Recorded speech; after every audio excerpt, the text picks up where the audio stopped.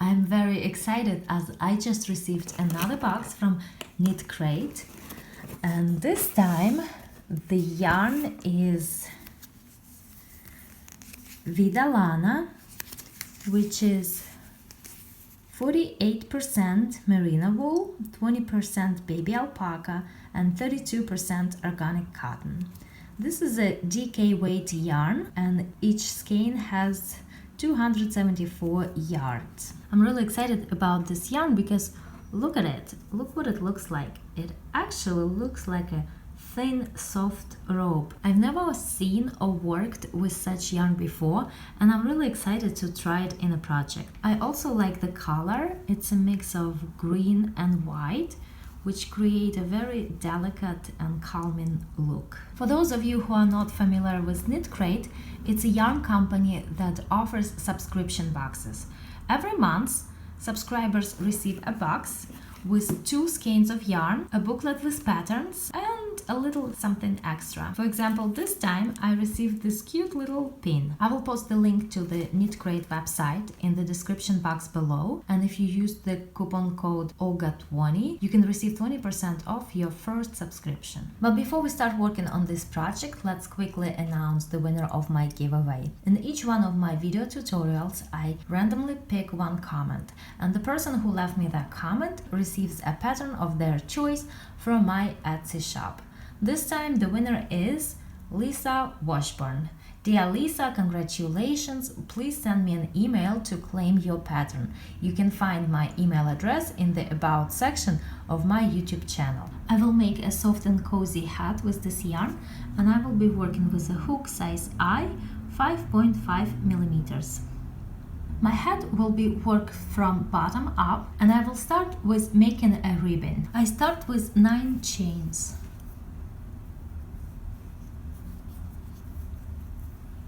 1, 2, 3, 4. Here I have 9 chains and I'm ready to start. Into the second chain from the hook, and we never count the chain on the hook, we always start counting from the next chain. 1, 2.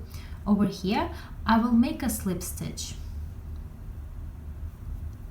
And then I make a slip stitch into each chain across. So this was my first slip stitch. That's 1,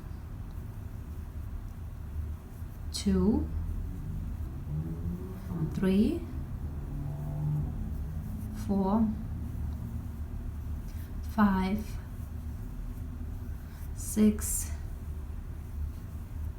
7, 8. This is my first row. Now I make 1 chain and turn, and now I will be working into the back loops only over here, and into each stitch I will make a slip stitch. And again I'm going to count my stitches. 1,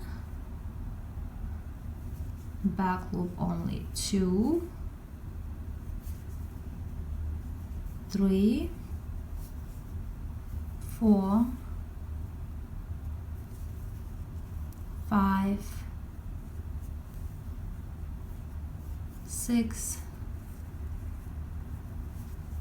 7, and the last one, 8.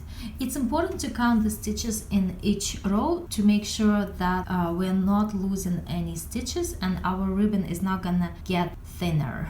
Again, 1 chain and turn. Working into the back loops only, I make slip stitches. 1, 2, 3, 4, 5, 6, 7, 8. And this is all I'm going to do. I'm only going to work with slip stitches, making them into the back loop only. Here I completed several rows and you can see what it looks like. This looks almost like a knitted fabric. Very beautiful, very stretchy, and perfect for a ribbon on a hat. And I'm going to continue crocheting this way until my ribbon is long enough so that it wraps around my head. Here I made my ribbon. At this point I will actually wrap it around my head and check that this is not too loose, not too tight. And it's actually very important to make it not too loose because the crochet fabric will stretch, and it's better to make it a bit on the tight side rather than too loose. So I measured it around my head and it fits well. And it's very important that you guys too measure your ribbon around your head, or whoever it is you're making this hat for, your child or your spouse, so that it's the perfect fit and the perfect size. So now I'm going to stitch these ends together and continue crocheting my hat in the round. I'm going to cut off the yarn tail, but leave it long enough so that I can use that yarn tail to stitch together the ends of my ribbon. But before I stitch my ends together, I should hide this tail.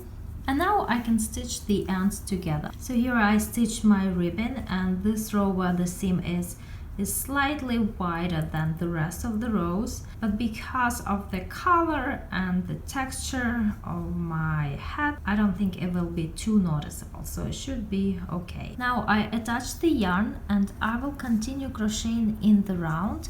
I start with 3 chains, 2, 3. These 3 chains will count as my first double crochet, and then I make another double crochet.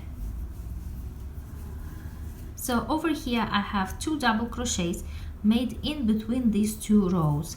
Now into the space in between the next 2 rows I will make 1 double crochet. Then into the space in between the next 2 rows I will make 2 double crochets. So 1 and 2. Now again, in the space in between the next 2 rows I will make 1 double crochet. Then I will make 2 double crochets, and that's how I continue crocheting all the way around. And at the end of the round I join with a slip stitch into the top chain of the beginning chain 3.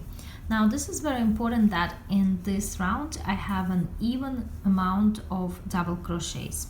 So if you end up with an odd number of double crochets, just make 1 extra double crochet. Now to start my next round, I pull up the chain a bit higher and I make a front post double crochet around the chain 3 of the previous round. Next, I make a back post double crochet around the next double crochet. Now again, I make a front post double crochet and a back post double crochet. And this is how I continue this round, alternating front post double crochets and back post double crochets. And at the end of the round I join with a slip stitch to the first front post double crochet. To start my next round I pull up the chain a bit higher, and now around this first front post double crochet I will make a back post double crochet.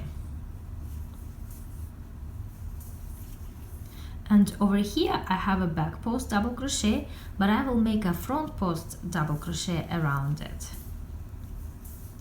Now again, a back post double crochet around the front post double crochet and a front post double crochet around the back post double crochet. And this is how I will continue crocheting this round. And again, at the end of the round I join with a slip stitch. To start the next round I pull up the chain, and now I will make a front post double crochet around this first back post double crochet. Now again, a back post double crochet around the front post double crochet and a front post double crochet around the next back post double crochet. And basically I continue crocheting this way all the way around, and this is the way I'm going to crochet my hat.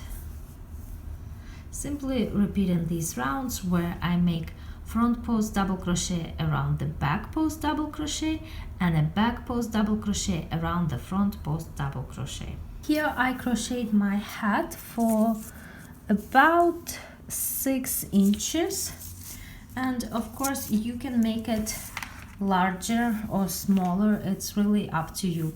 And in the next round I'm going to start making decreases just the way I did before. I pull up the chain a bit higher, And then I'm supposed to make a front post double crochet over here, and that's what I start doing.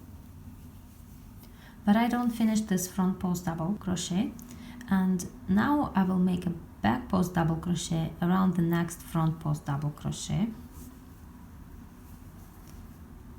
I don't finish it, and now I will finish these 2 double crochets together, and this is my decrease. Now again, I make a front post double crochet, but I don't finish it, and I make a back post double crochet, and I finish them together, and I got a decrease. And that's how I'm going to make decreases in this round.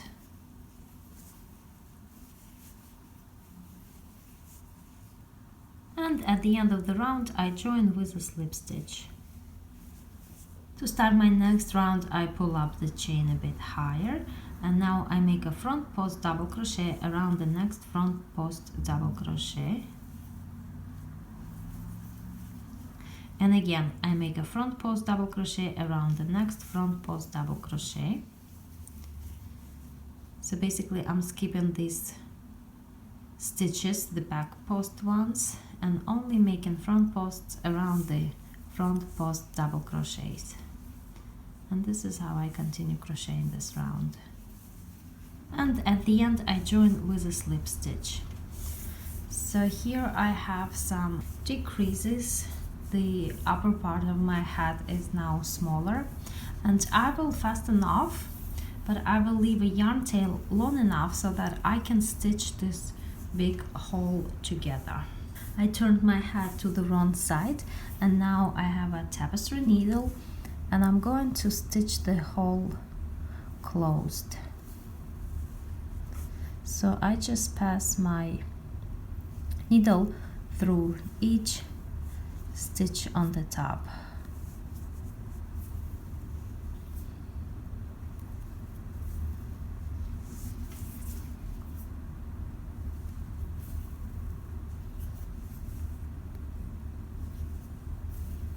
So here I passed the needle through each stitch in the last round, and now I'm just gonna pull it all together to close my hat on the top like this. And now I will just make several more stitches on the top to secure it.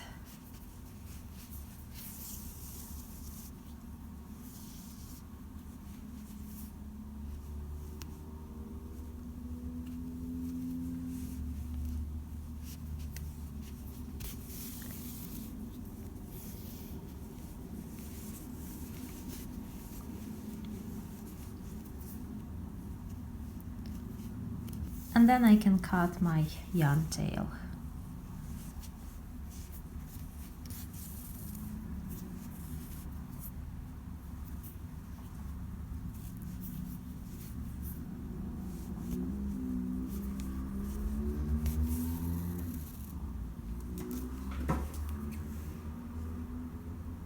Now I turn my hat back to the right side, and my beanie hat is ready.